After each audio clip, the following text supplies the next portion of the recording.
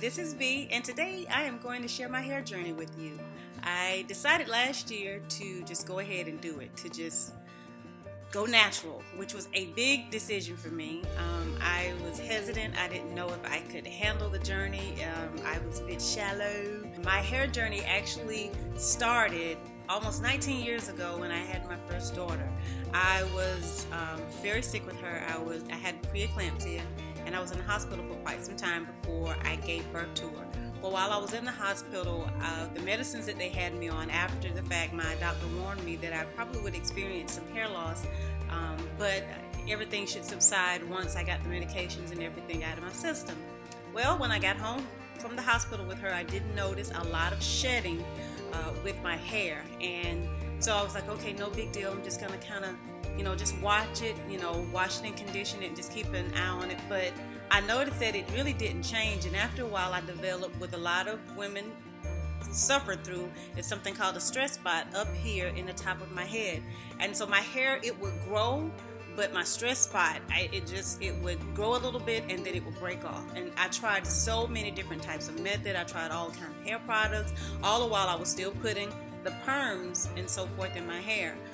Fast forward, after going back and forth, I finally just decided to start wearing extensions. I would just braid up my natural hair and put the extensions in to try to protect it.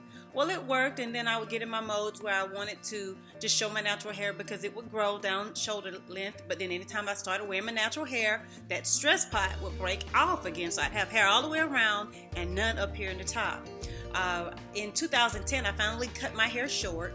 And I decided, I'm just going to cut it short and just keep it short, and maybe it would blend in with my stress spot. And so I did do short for almost a year. And then shortly after that, we experienced a loss in the family. My sister passed away. In addition to me having that stress spot, my hair was just falling out left and right. And matter of fact, when my hair, I cut it short, I decided to just let it grow out. And so within a year's time, as you can see in the picture, it grew quite significantly. My hair was growing, but I could not do anything with that stress spot. All the while my mom was telling me, baby, you just need to let go of those chemicals. You really need to let it go. And then I had all of my friends, my Tamikas. I had my cousin Tykia, my sister Angela. She eventually went natural, and so all of them were just kind of, but you need to go ahead and do it. You need to go ahead and do it. So last year I decided, okay, I'm not going to put any more perms in my head.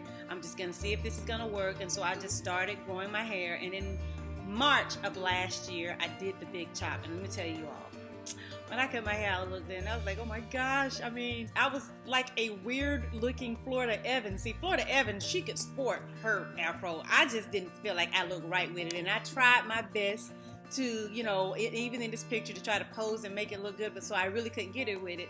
So I started wearing half wigs. I said, I'll let it just grow out a little bit more and see. About a month or so ago, I just got in one of those modes where I'm tired of wearing the wig. And so I just took it out and I decided, I'm just going to sport my natural hair. And it was uncomfortable at first. It's amazing how we African American women have been conditioned to believe that our hair is not as beautiful as any other race. And I have to admit, I absolutely love my hair. I forgot all about my little curl pattern. As you can see, my stress spot, I've been wearing my hair, no issues with my stress spot. I was able to find a product that works really well with my hair, and I'll probably do a review on that product a little later on. But it just got to the point where my body was going through so many changes. My hormone levels, as you get older, everything just changes, and it just wasn't working for me anymore. And so I was like, okay, I'm just gonna have to take it back to the old days and just go natural and just work with it like that, and it is going wonderfully. I am really feeling my hair. I really love it. What I did last night is I just twisted my hair up last night, and this morning I removed the twist, and I pretty much did like a wash and go in the back, and then I braided up on the side. I'm still experimenting with different styles and so forth, and I like my curl pattern. I like the bounciness. My hair retains moisture quite well, so I don't have to worry about my hair drying out, and yeah, I love it. I love it. I like it. I love it. I want some more of it. So, if you're going through with your hair, you may want to consider going natural. You don't have to do the big chop. There are some people who let their hair grow out and then they cut it to a point where they can style it, and it's a little longer until it gets to a point where you're comfortable with showing your length. I didn't like the Florida Evans look on me. Florida could do it, but I couldn't. So I had to wait a while. I had to get to the point where I was at my level of comfort. And you want to get to your level of comfort, because if you're not comfortable, then you're going to just chicken out, you're going to punk out, and you're going to go put the creamy crack back in your hair. So, you have to do you, and you have to do what's best for you, but don't do shallow you, because it's not good for your hair. This has been B. I hope this has been a blessing to you all. Have a great day. Bye-bye.